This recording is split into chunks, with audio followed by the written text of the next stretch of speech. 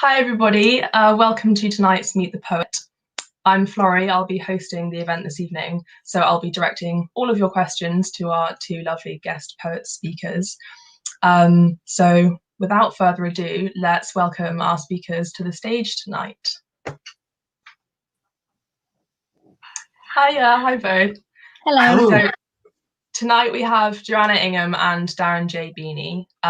I'll give you both a short introduction just for those at home who might not know you. So Joanna grew up in Suffolk and now lives in Hertfordshire. She runs various poetry, fiction and playwriting workshops. Joanna studied English literature at the University of York, theatre and arts management at Goldsmiths College and creative writing at Birkbeck College. Her poetry is award-winning, and most recently in 2020, Joanna won the Paper Swans Press Single Poem Competition. So welcome, Joanna. Thank you. Our second poet is Darren. Darren lives in Brighton and writes plays, short stories, and of course poetry. He has an MA in creative writing from Brighton University and is part of a collective that organises Flight of the Dragonfly Spoken Word, which is a poetry, prose and flash fiction evening based in Brighton. His work has been widely published in magazines, and Darren will be reading from his pamphlet, Honeydew, along with some of the work from his forthcoming pamphlet too. So welcome, Darren. Hi, Florrie. Nice to be here, thanks. Good to have you here. Let's start off with a couple of questions. So what made you both start writing poetry, and I guess also what keeps you writing poetry? Shall we start with Joanna? Okay, well, I wrote poetry from when I was a child, and I remember when I was, well, what's now year 6, I wrote a poem about a kestrel, and my teacher thought it was amazing, and he was really, really encouraging and inspiring. So I kind of carried on writing. And then at university, I was part of a poetry society. And I think I just really enjoyed studying poetry. So I wanted to write it as well. And I think in my 20s, I didn't write poetry really at all. But then I came back to it more in my 30s. And then more recently, I've been kind of taking it more seriously. I think there's something, it's just a really great challenge to try to put all the kind of big emotions and experiences into this very, very tiny package where every word really counts. And I do write fiction as well. And I think it's quite interesting with fiction, you're trying to expand everything and trying to explore everything. And obviously working with narrative. And I think with poetry, there's something really exciting about trying to sort of boil it down and distill it to something really crucial. So yeah, I think poetry is kind of my first love, really, and that's the thing I turn to. Yeah. That's lovely. Okay, Darren, how about you? What made you begin writing poetry? My story with poetry began in the mid-90s, and I was having issues, I was struggling, mental health and dependency issues and all sorts of stuff going on. And unlike Joanna, I've never always liked poetry. I didn't really like school, let alone poetry at school. But one night I heard Simon Armitage on the radio reading the poem Hitcher, and it just grabbed my attention. And the next day I went and bought the book that was in. And it showed me that poetry wasn't what I thought it was, and that poetry was something really exciting. And I just started to write down the thoughts that are in my head, and it was the beginning of a pathway to getting better and to improving my life and changing my life. It wasn't the only thing that did it, but it was certainly the beginning of a pathway. And now it's the thing I read the most. I love writing. I've written on and off since the mid-90s, been more prolific in the last 4 or 5 years.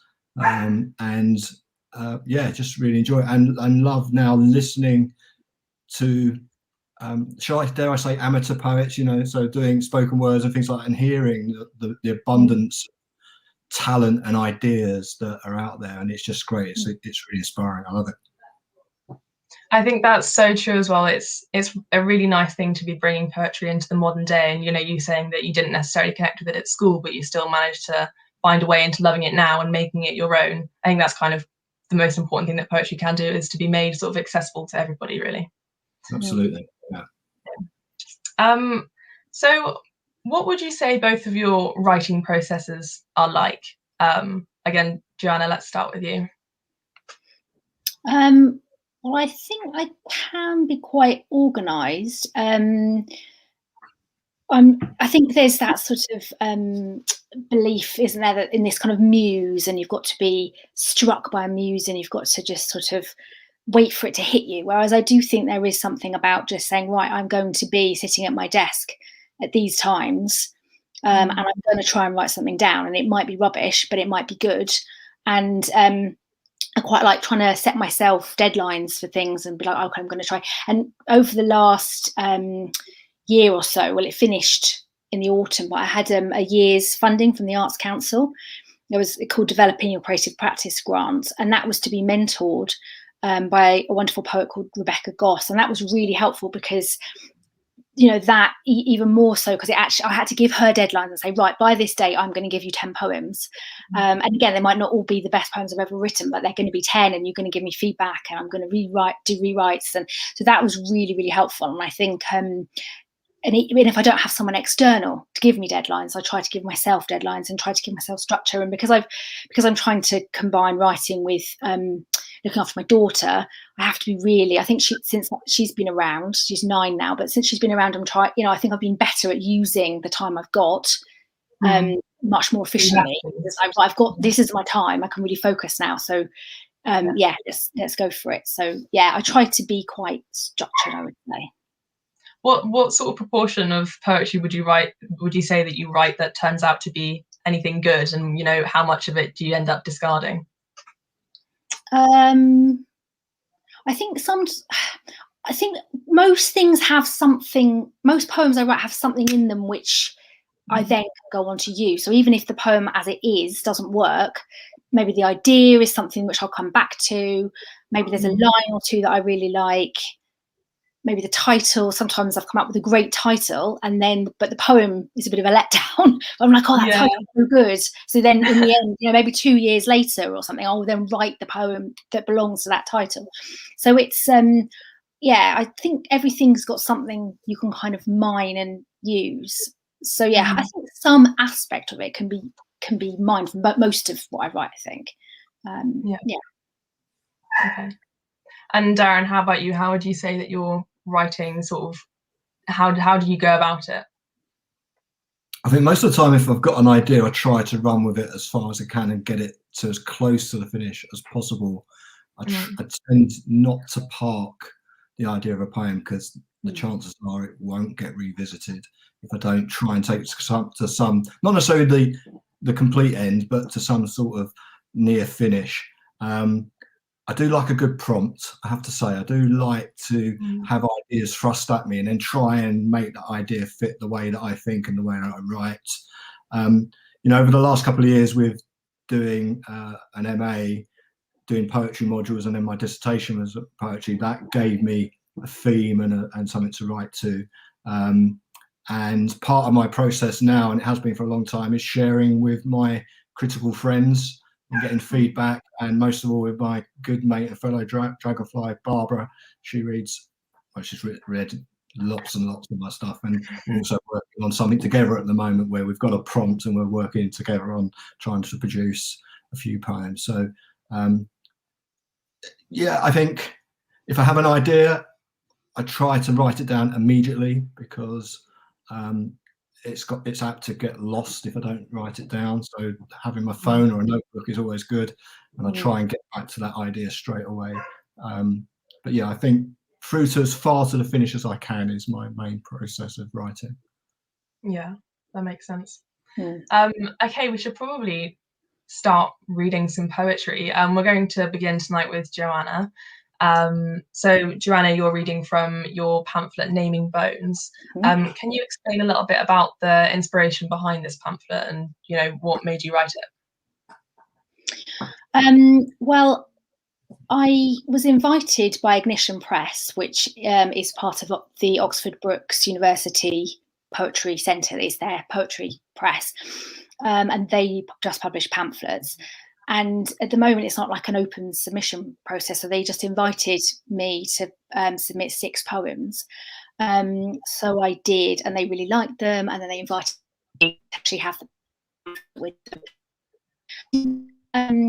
My second pamphlet, which I'm going to be reading from in a bit, that's forthcoming, that's much more on one theme, and I kind of saw it from the beginning as a pamphlet on one theme, whereas Naming Bones was much more about just looking, well, this is my body of work, which poems go together, which ones kind of speak in an interesting way to each other, and I work with the editor to make that final selection. So there's a lot of poems about the body, about the experience of having my daughter, and kind of some love poetry, some stuff that goes back to childhood and adolescence. So I think it's not like on one theme, but it's just was the poems that we felt had an interesting relationship with each other, really. So even if it's not like an entirely, I wouldn't say cohesive, you know, it's not centered on one particular thing, but the poems all sort of speak to each other in a way. Yes, that's the hope. Yes. Okay. Well, I'll hand it over to you to read your first poem, which is Fontanelle. I think that's right. Yes. So yeah, over to you. Great, thank you. And if anybody doesn't know, fontanelle is the very soft part of a newborn baby's head before their skull kind of toughens up. Fontanelle. I want to tell you there has been a mistake. You have left your heart too close to the surface. It beats just under that smear of hair, the skin's unbearable sheen. All night it ticks, alien, molten, a stop clock I didn't mean to set, that will go off at 3 with a flayed, outrageous shriek. The hospital car park will be red soon, raw and unlikely as the very first morning. All the calm blue concertina curtains can't keep me in. Your skull is the world at the dawn of time, spinning in a ward of infant stars, tectonic plates still shifting. There has been a mistake.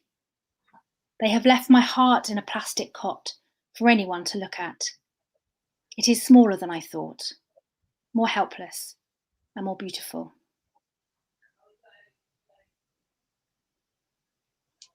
That's a beautiful poem. You've beautifully read. Thank you. Would you say that your poetry has changed since becoming a mother? Well, it's definitely given me a big topic to write about, that's for sure, because I do write about it a lot, I would say. And in some ways it's made it harder, I think, to be a writer because there's more demands on my time and I feel more divided as a person, I suppose. But then at the same time, there's another whole sort of emotional landscape to explore. So yeah, it probably has changed, certainly what I write about. And as I was saying before, sort of made me more efficient with my writing time as well. Yeah. Okay, let's go to your next poem, which is Visiting Gwyn. Can you just explain a little bit about this poem? Yeah, so this is kind of going back to childhood, really. And it's just a very vivid memory that I have of being expected to eat something that I really, really didn't want to.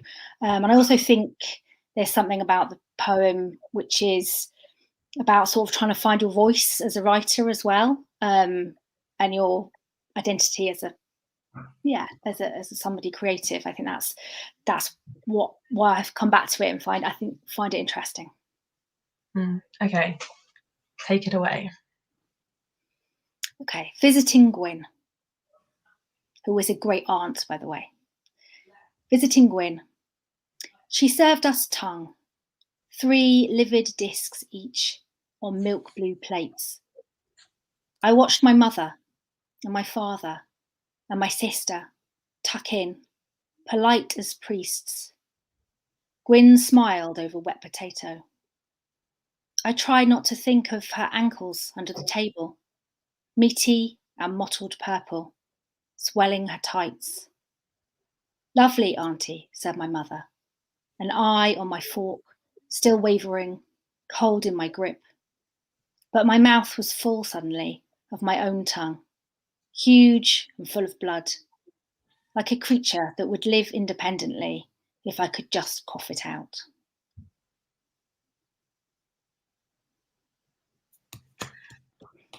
Want to clap after each one. We have a comment from Kay Hathaway saying that Fontanelle is a great poem. So just about your last poem. Oh, thank you. So with visiting Gwyn, I kind of get a general impression that, as you say, that there's a real sense of nostalgia in a lot of your poems, I think. Is there a reason why you feel drawn back to the past? I think it's, I think when I was younger, I certainly felt that, you can only be a writer if you've had like a really, really amazingly interesting life, and, really unusual things have happened to you. And there's that sort of, again, that kind of myth about writers, these very sort of tortured, interesting people who don't have ordinary lives. And I think I'm interested in, well, actually, we've all got, all of our lives are interesting in their own way, and we've all got very specific, particular memories and experiences. And I think it's just I'm interested in, making them special and elevating them, I suppose, and exploring them. And because they're all they've all contributed to who I am as a person and who I am as a writer. So I think, I just find those things interesting, really. Yeah. And I think that lots of the poems deal with sort of body parts and things, and that's very kind of visceral memory, which I think I don't know, I suppose everybody probably has, but I certainly have quite a lot of. I think that quite intense physical relationship to things and memories. So I'm interested in exploring that. Yeah. We have another comment from John Sullivan, who says that poem reminds him so much of his grandmother. Okay. So, yeah. Okay, on to the next poem, which is Doing the Heart in Lower 5. Mm-hmm. I'll let you just read it if you're ready. Okay, yep. Okay, Doing the Heart in Lower 5. We try not to think of the cows, the empty churches of their chests. Their hearts are grey now, filmed and tubed, bigger than 2 fists, and the air smells like we've swallowed money, like we've licked the edge of a knife. My partner retreats to the sick room, so I probe alone, fingers where the blood should be, aorta a handless glove. The valves are bell tents, like Christian Union camp in the RE teacher's garden, each ventricle a mouth that opens again and again when I squeeze it. The preacher from St. Matthew's telling us he can help us speak in tongues. It's heavy, this meat, this sight of love we haven't felt yet. And I wonder if the cow did, if the beating quickened for the bull, for the wet, slicked nose of its calf. The notes in my drawing are neat, mitral, tricuspid, inferior vena cava, as if I'm striking a bargain with knowledge, like the words will keep me safe. Then it's break, and we can wash our hands, drop our hearts in a bucket, like the babies in the abortion video they made us watch. Let the porter cabin, its swollen walls, pump us out into the light.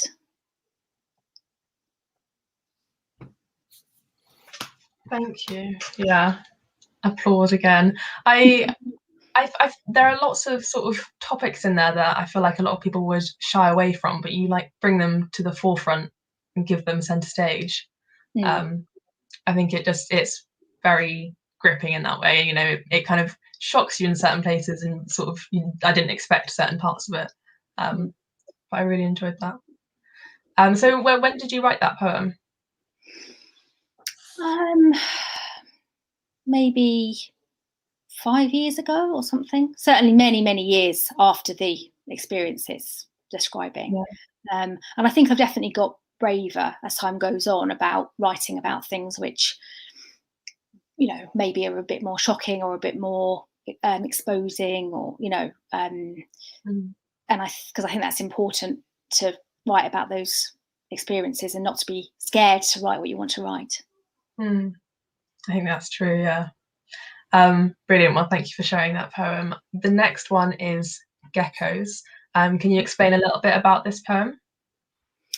Well, I suppose this is a kind of love poem. It relates to a trip that me and my husband took to India, and it was one night he said that he'd seen, because we were in a sort of nature reserve and we stayed there, and one night he said that he'd seen all these animals coming past, and I was really angry with him for not waking me up, but also I didn't really necessarily believe him, so I kind of wrote about that night, really. Yeah, okay, let's hear it then. Geckos. You tell me that I slept all night under the fan's broken heartbeat, as geckos, translucent, curious, naked, came and went through holes in the walls on quiet, sucking feet. All night you didn't touch me. It was too hot, you say. This morning we stand on cracked tiles, bucket water over each other. You tell me how you stood by the window, saw, through the wire grill, a black and white moonscape of elephants herded round the jeeps, a river of shadow dark deer, and monkeys poised silver in the teak. You wash the sweat and dust from my scalp, and I wish you had woken me. I accuse you of dreaming, that this was a night safari of your own making. But do not tell you, I wish you had touched me anyway. Let me climb into your sleep. Let the deer flow through us on their silky hooves. This morning, geckos hide under the room's skin. The fan rocks loose in its socket.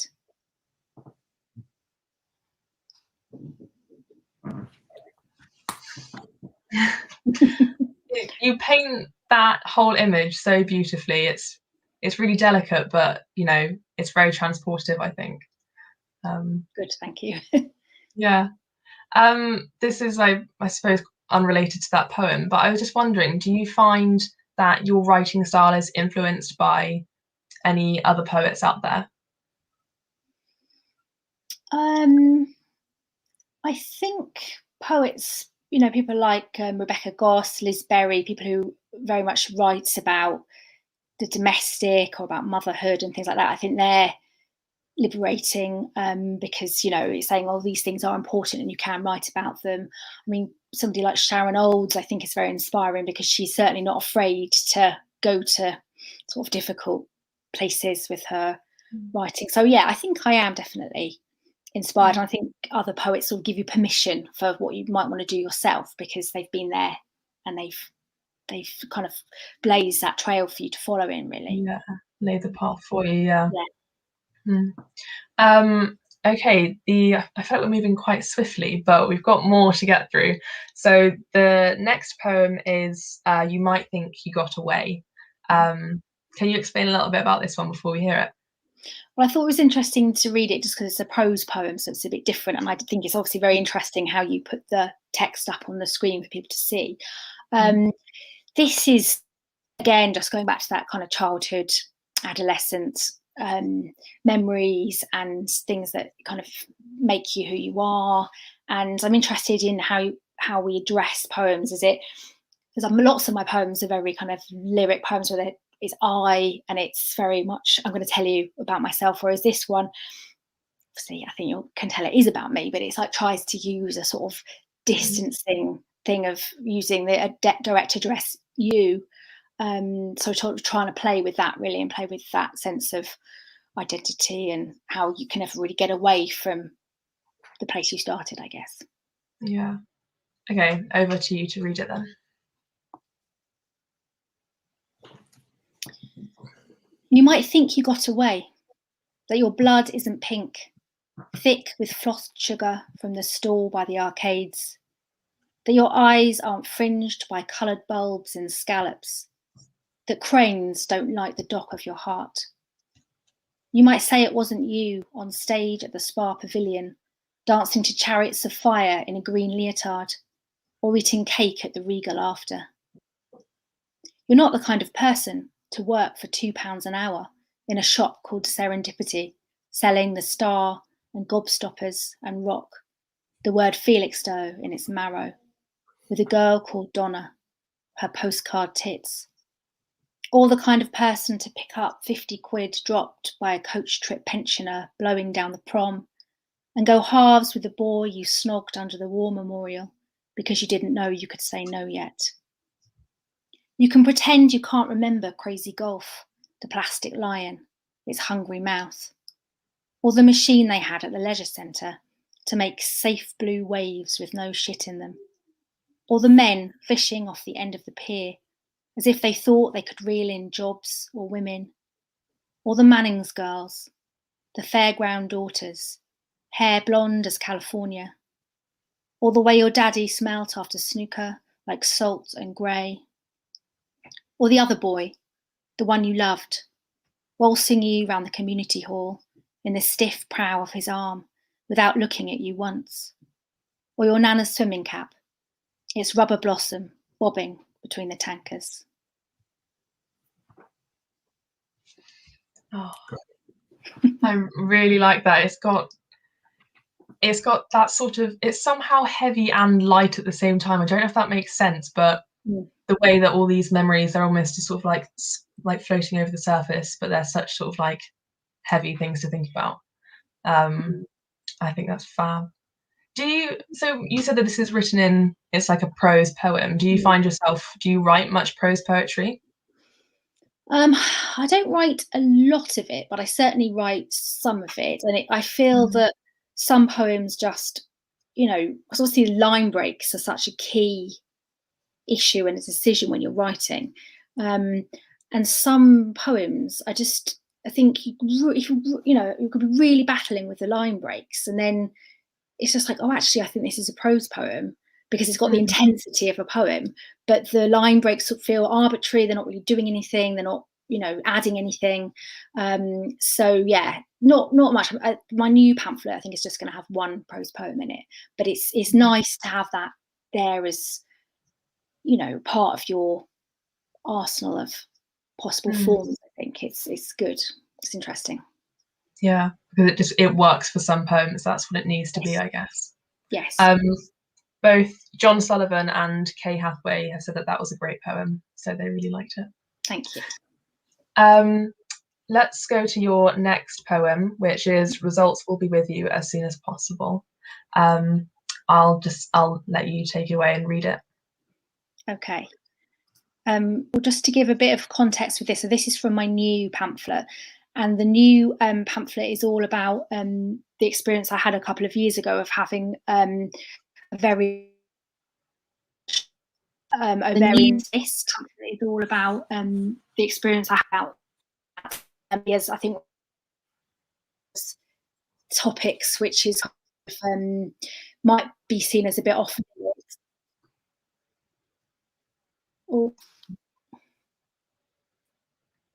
I think you just cut out for a second. Can you hear us? Oh no, have we lost her?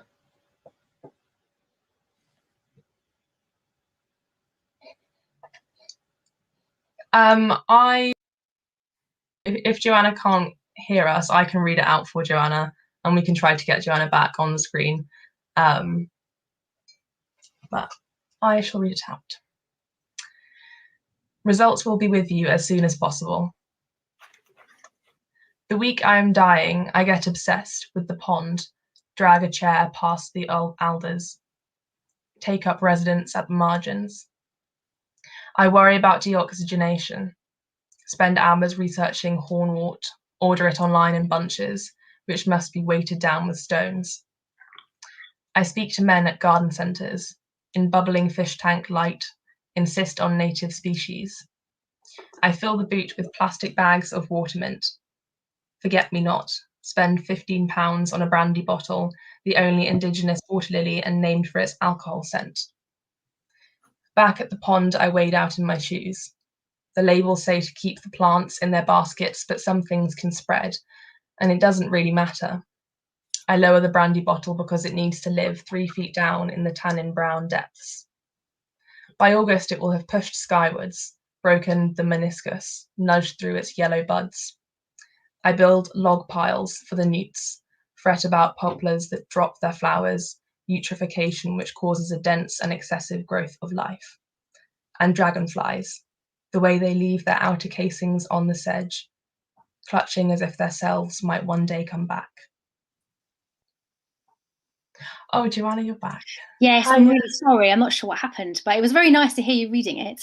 You did a very good I hope I didn't butcher any of the words, or I know it's a very personal thing to read out of poem. It sounded perfect, thank you. No, that's great. And I wasn't sure how much of the background you heard before I disappeared. But yeah, the whole pamphlet is about the experience of having this ovarian cyst, which for a scary few weeks, potentially, we thought it might be not benign, which it turned out to be. So that's about waiting for the results of that, of the tests, you know. It's a really interesting idea to base a whole pamphlet around that, because I can imagine it was a very big experience. But yeah, thank you for letting me read that out. It felt quite special. Okay, we've got one more poem from you. I don't think I'll be able to pronounce it right, so I'll just leave it up to you. I'm not convinced I will either. This one is from because I obviously had to have surgery to have the cyst removed, and I wanted to write about it, but then of course I couldn't write about it because I wasn't there in that sense, because I was obviously under general anaesthetic. So I was looking at the Wellcome collection archives to see what they had about like the history of those kind of operations and things, and I found this amazing film which showed the operation I'd had, but as it was done in 1933. So I then ended up writing a poem about that. Okay, I'd love to hear it. Okay, a variotomy for large cystoadenoma ovary, a short film in the Wellcome collection. We only see the woman for a few seconds at the very end, lying in her hospital bed in 1933, arms neat across the sheets. She looks at the camera without expression, hair bobbed as if she'd had a chance to comb it when she came round. Before this, she has been an abdomen, framed from throat to groin, small breasts, racks of ribs, belly, of course, distended and diseased. It's a silent movie, but instead of men fighting comically on top of trains, there are only hands in rubber gloves. The intertitles, in an attractive font, explaining things like, the abdominal incision is paramedian, or after the tumour is exposed, the hand is introduced, or a fluctuant area is selected and Lawson-Tate's trocar is inserted to drain the loculus. Maybe it's easier to watch like this, in black and white. Sir Harold Beckwith is unrushed, cutting, clamping, stitching, pointing, so that we might more readily notice the fallopian tube, very much elongated, the tri-radiate pedicle. The longest part is the closing up, like a flower opening in reverse time-lapse, the layers of membrane and skin rebudding themselves until the wound is a puckered curve, like a mouth with no words. Then there's the cyst itself, beached on a metal tray, like some revolting white octopus. Sir Harold slices it apart, stands back a little to let the contents flood out over the edge of the table, lifts strands of sticky mucin for us to fully appreciate what he has been dealing with.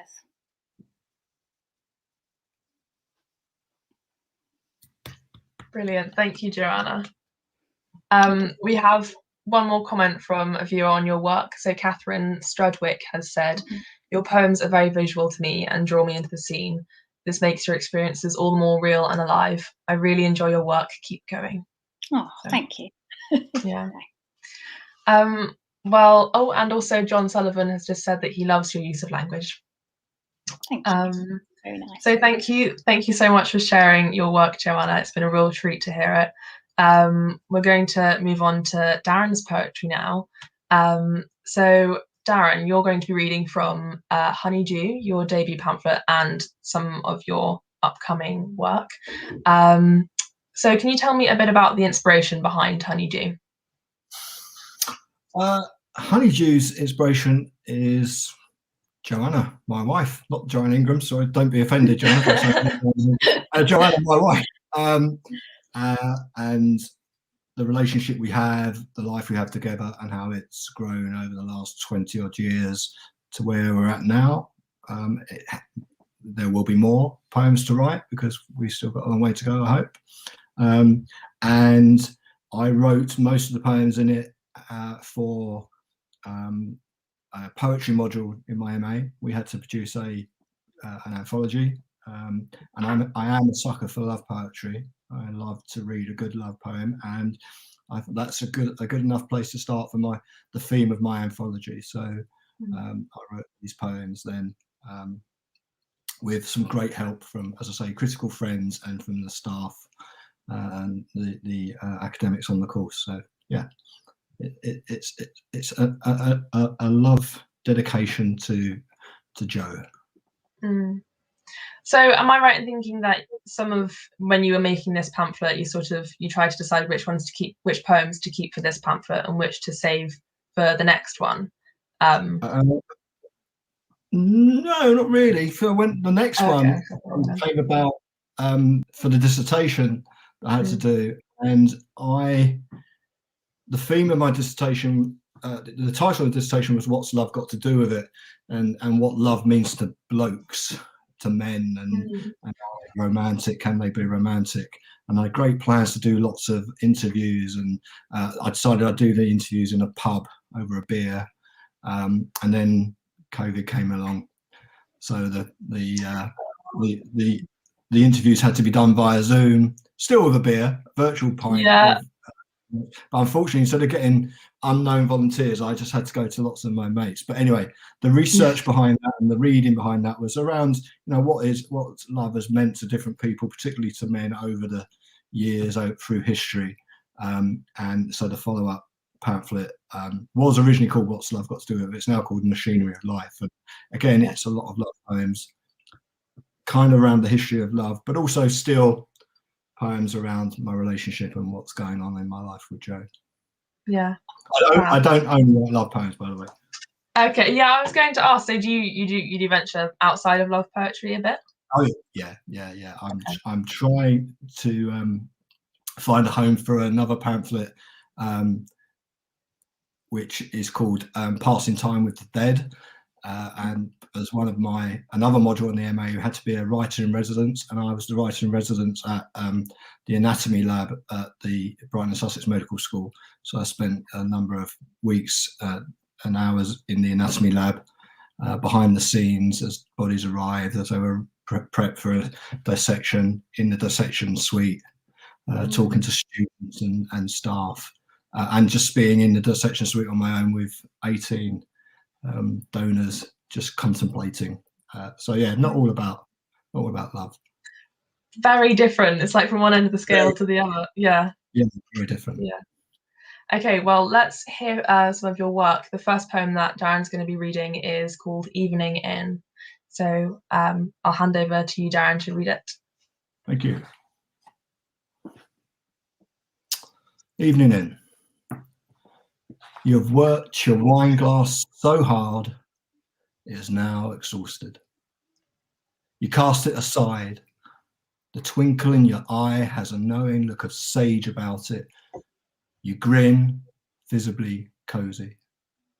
You lean my way, littering my ear with a litany of frivolously pinpointed words, hinting that you desire a steamy night. You indulge by opening a new bottle, waving a whiff of seduction under my nose, and in a slowly sloshed manner, pour yourself a long, relaxing bubble bath. You enthusiastically abandon your clothes and pencil in a rendezvous with me in an hour, perhaps 2, as you sashay serenely into Radoc's indigo effervescence.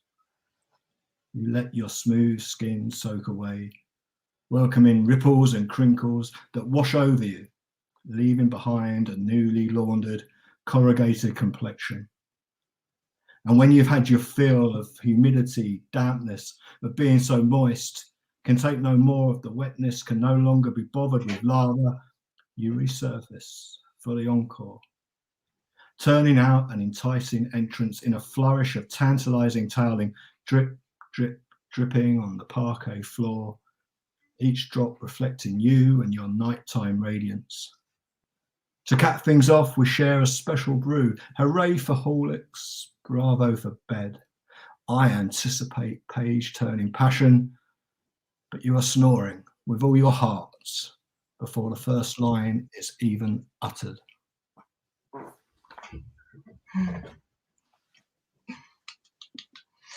It's quite cheeky. I enjoy it, and it's the sort of poem I liked reading it written down, but it's also really interesting to hear it spoken because you sort of kind of read it slightly differently to how I expected it. But I really enjoyed it. Thank you for sharing it. I'd be interested to know how you expected to hear me read it. I don't know. I think something about you gave it like a slightly somber tone in places, which I think it just like it changed the mood slightly to what I was expecting, but in a good way. I don't know what I was expecting really, but I really enjoyed that. Okay, let's get a bit more of a taste of your work. So the next poem is Let Your Heart Dance. So can you explain a little bit about this poem before we read through? Yeah, Joe and I met at a party that went on till lunchtime the next day. And a lot of our first dates, if you like, or the first nights we spent together were at parties that went on till the next day and beyond. You know, lots of free parties and warehouse parties and parties on the downs and things. So there was a lot of dancing, and it just, you know, it was a lot of what we did. Start with having fun, dancing, listening to music, staying up all night, drinking lots. Yeah. having a laugh and getting to know each other that way. Okay, so, great. Is that really? I'll hand over to you then to read through. Yeah, thanks. Let your heart dance. I fell in love the first time we danced. An uncoordinated, cack-handed avalanche.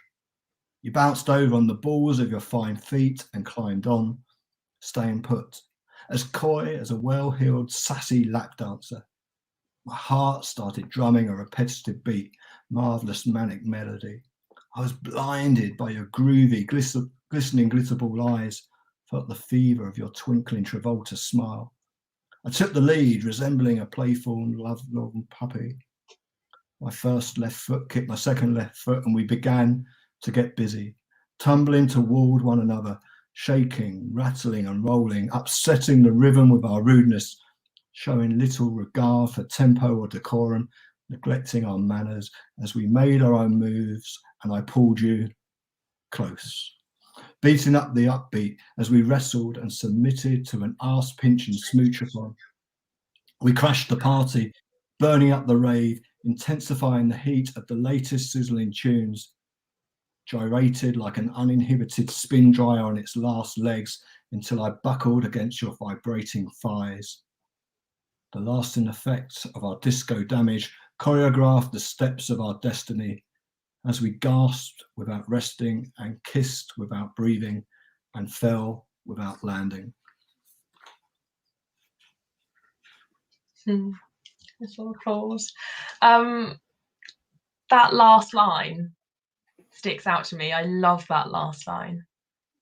Did it sort of like just pop up to you? Like, I don't know, did it come to you whilst you were writing? Do you remember how that last line came about? I have to be honest, I don't remember. Yeah, I no, really that's don't. fair enough. Really, That's fair enough. I really don't. I think the bit that I kind of that probably came first was the falling without landing. You know, it's trying to think of a way to emphasize falling for someone.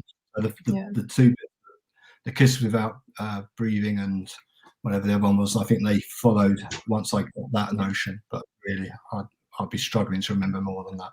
No, yeah, it's beautiful though. Obviously, poetry in general is so personal, but I feel like it's such a personal thing to write about. You know, your marriage and this love between you two. Do you mind sharing that sort of poetry with the world?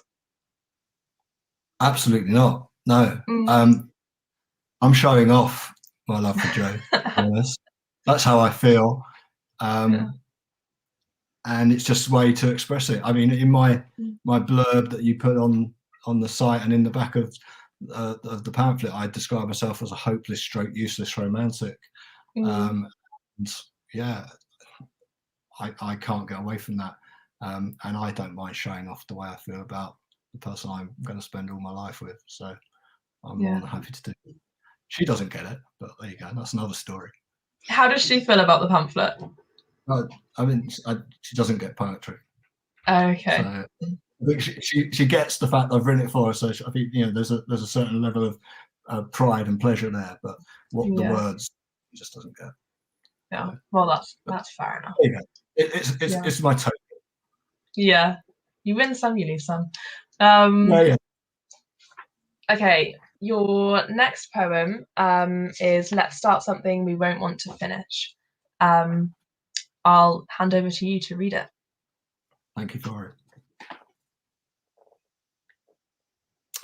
Let's start something we won't want to finish. Come and join me. Let's connect. Be versatile bubbles engrossed in steamy bathtubs, luscious luxury and thrilling union, forever finding the fit of each other's fancy and structure. We'll rule the long dark streets in the small hours, taking our pick of after midnight gardens, finding new territories, reclaiming old favourites, bossing the scene, a hot urban fox and cool country vixen. Let's learn to dance, foxtrot, tango, drink cheap whiskey. I'll sweep you off your heels and collect your falling blushes. When I have them all, we will paint our town, leaving our mark, creating a legend bigger than Terry and June. Let's take tea at the Ritz.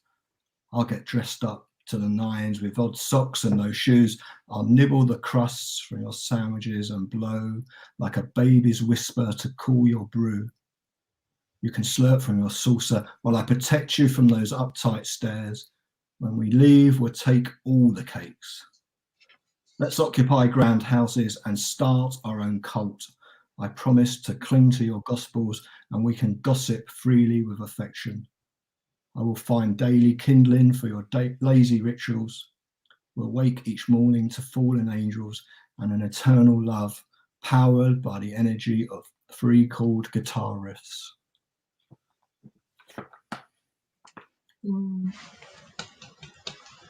Again, a really great ending. I think you're quite good at the endings. I think this is in response to a couple of your previous poem, but John Sullivan says that he loves to laugh and that it made him chuckle. And then in the last poem, he said that it was a fabulous final line. Thank you. So I don't know if this is kind of difficult to answer, but how would you describe your style, your poetry style, the way that you write? I don't know, Flora. I just write, I guess. I think Joanna mentioned earlier about, you know, other poets give you an opportunity to write and let you do what you want to do, and that's really it. You know, the poets that I love and that I read are really varied, and the styles are really varied, and I just feel that does give me a license to write how I want to write. I think I would just write what I want to write, and then how it looks and how it is part of the editing in terms of style. But I can't really give it. I can't describe it. Sorry. I know it's fine. I was just thinking about it because obviously you said earlier that you know, you didn't massively connect with the poets that you studied in school, and so I was just thinking about how it's evolved, but it is difficult to answer. Although John Sullivan has just said that he thinks you write honestly, and I think that's a poetry style, honesty. So thank you, John. Yeah, I think I'd agree with that. Yeah, okay, I'd agree with that, honestly. And I do like language, and I do like words and how they fit together. And I just think poetry is a really great medium for just expressing yourself honestly. I think John's absolutely right, honestly. Yeah, definitely. Okay, your next poem, I think this one might be one of my favourites out of the ones that you're reading tonight, is Playing Banjo on Brighton Beach. So over to you. Thanks, Laurie. Playing banjo on Brighton Beach. I showed you my banjo, nearly twice our combined age. It had been through the wars. I bought it the day before from a toothless busker bleating rain-weary songs. It carried countless memories in the circular membrane made from battered water buffalo. Although missing the middle string, it didn't lament the songs it played, folk songs remembered in ivory frets. I serenaded you with Armenian love songs composed for ukulele, ballads penned in unspun wool by a love-strung young shepherd. I plucked up the courage to ask if you played. You replied, all fingers and thumbs. I put down my banjo on the shingle. I reached for your thumbs and fingers, nestled them against my belly, telling you you were leading a soulful band of butterflies. You fancied my interpretations. I left an impressions with my warbles, and you took a shine to my strumming, and I sang with the setting sun.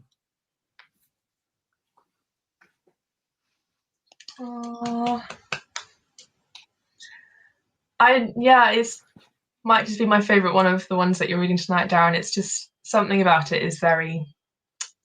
It feels like a very. It's a very. They're all personal moments, but this is a particularly personal moment, and it feels very soft and gentle. I think it's beautiful. And Christine Shaw says, "Wow!" with an exclamation mark. So she clearly agrees.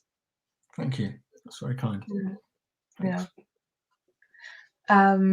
Okay. Again, we've got a few more of yours to get through, so let's just keep going. And we can get more of a taste of your work. So the next one is First Date Merry-Go-Round. So over to you. Thank you. First Date Merry-Go-Round. The past woke from a rotating slumber, and the world heard it asked to be forgotten. He speaks a language heard at punk rock recitals, reserved for eccentrics and absent academics. He sports an illiterate haircut, dressing as if old clothes are the sum of an imponderable equation. She beams all halo, winking at him with a blinding, devilish glimmer. She glides, interesting, captivating, kicking ass in daring dancing boots. The buzz took over ways of walking, tales of talking, sights of seeing, the tune of thinking. The mares and stallions eventually gallop into a mix of golden embers, part dozing sun, a bit waking moon. The enticing shingle has cast its songs and poems, another match made, a very real adventure set to begin. And he knows what comes next. If he tells her, will she agree? Beautiful, thank you. And that's the poem that we've got up on the website for you as well. So anyone who's watching at home, you can go and reread it again later. I love that poem, so I might go and reread it. We've got a few comments come through on Facebook. So someone, Sid Karam Wali, says, for me, poetry is a true voice of feeling. Jeff Wilson says, really inspiring stuff from both of these great talents. Two very different styles, though both equal in quality and interest. Fab. And I think that's why I was excited about tonight, is that, you know, we have got two different styles here, but I've loved both of your work so far. So it's nice to hear them sort of contrasting each other in a way and getting a taste of two different things. I'll just say, I think that's what, for me, what makes poetry so great, because you can like so many different styles, and they can be very, very different. It doesn't spoil your enjoyment of poetry. I think that's what makes poetry so great. You know, if it comes to music, I only really like punk rock. I don't really like any other music, but poetry, all sorts of stuff. What makes it so great? Do you really only like punk rock? Is that the only thing? Well, there's a few other things I like, but mainly punk rock. Yeah. No, poetry can be very diverse. I think that's its charm. And about the poem that you just read, Darren, Kay Hathaway says that it was a great poem. Thank you. So yeah. Okay, on to the next one, which is The Missing Bit. So actually, could you just explain a little bit about this poem before you read it out? Yeah, I think this one was probably the hardest to write. Actually, it's probably the shortest in the collection, and it's the hardest to write. And I think this one is the one that sums me up as a hopeless, useless romantic. I just feel a lot of the time I don't get it right, and I was trying to express this one. This one I took along to one of our poetry modules where we did a feedback session, and I took it along, and I got some great feedback from John McCulloch, who was our lecturer who took that module. I got some great feedback from him, plus from the other students on the course. And it, for the shortest poem in the book, in the collection, it probably took the longest to write and had the most work on it. Yeah. And I still don't know if it's right. But you'll never know if it's right. No, right. Cool. You'll never know. Cool. Yeah. But maybe when I read it, that'll explain what I mean. Yeah. Okay. Well, take it away. Thanks. The Missing Bit. I can't shake the feeling that there is never enough, and that I don't show you, and that I don't convince you, and that is the bit that is missing. And I want our love to mean as much as Dr. King's dream, with as much passion as a catalogue of first kisses, because we are so much more than love bites and candlelight. It's brilliant. Thank you. And obviously you've done something really interesting with the form, the shape of the poem. Do you do that with a lot of your poetry?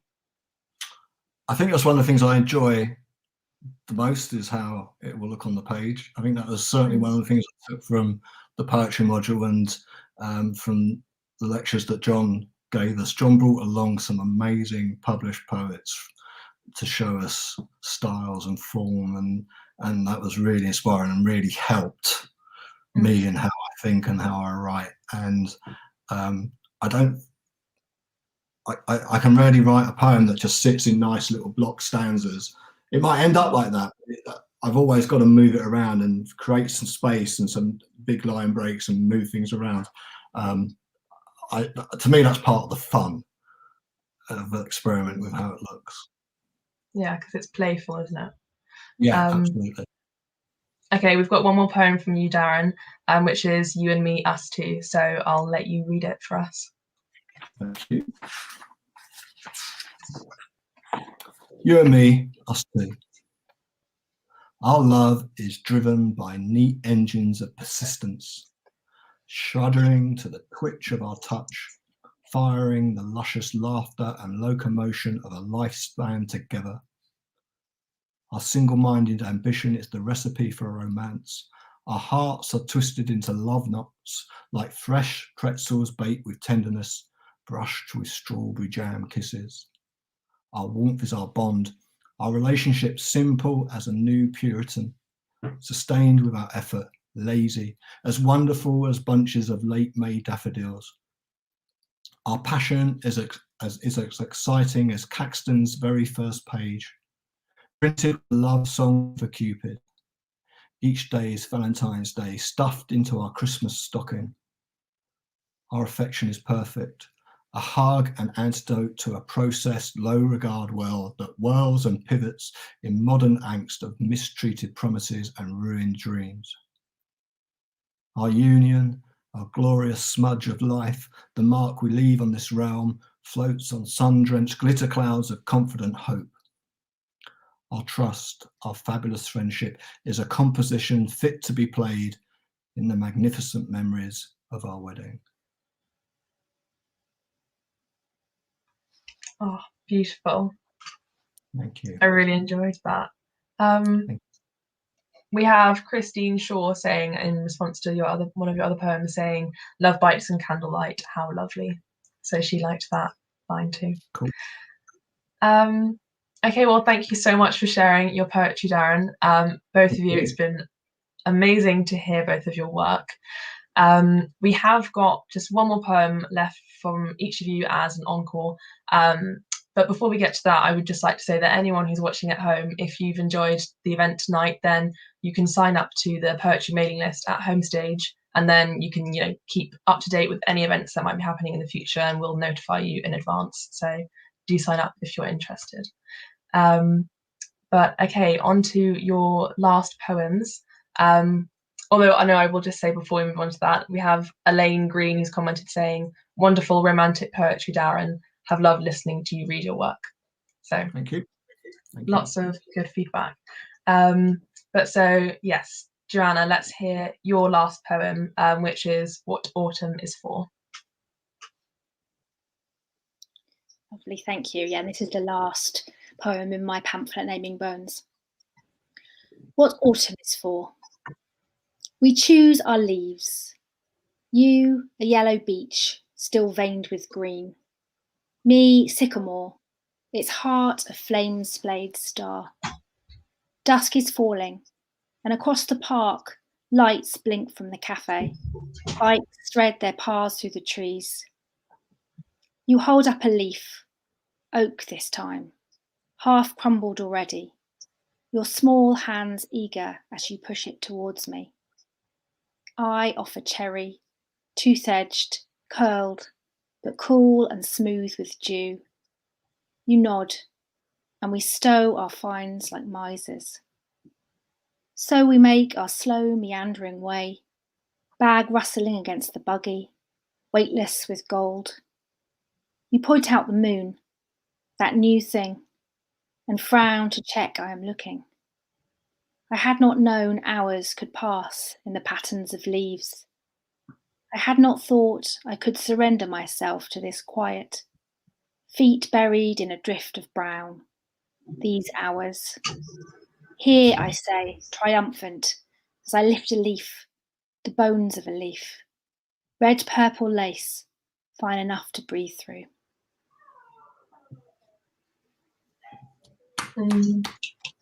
Absolutely beautiful. Thank you so much. Over to you, Darren. Your Darren's last poem is "What Is Love." That's right. What is love? It is documented, musty, weathered, ancient sentiment, essence so deep, bursting with a concoction of meaning, the nitty-gritty of which hides in a labyrinth. Yet it breaks out in perpetuum, vibrant and animated. It pedals round the earth, preying on the blushing, crafty cat burglar, stealing the hearts for pure pleasure.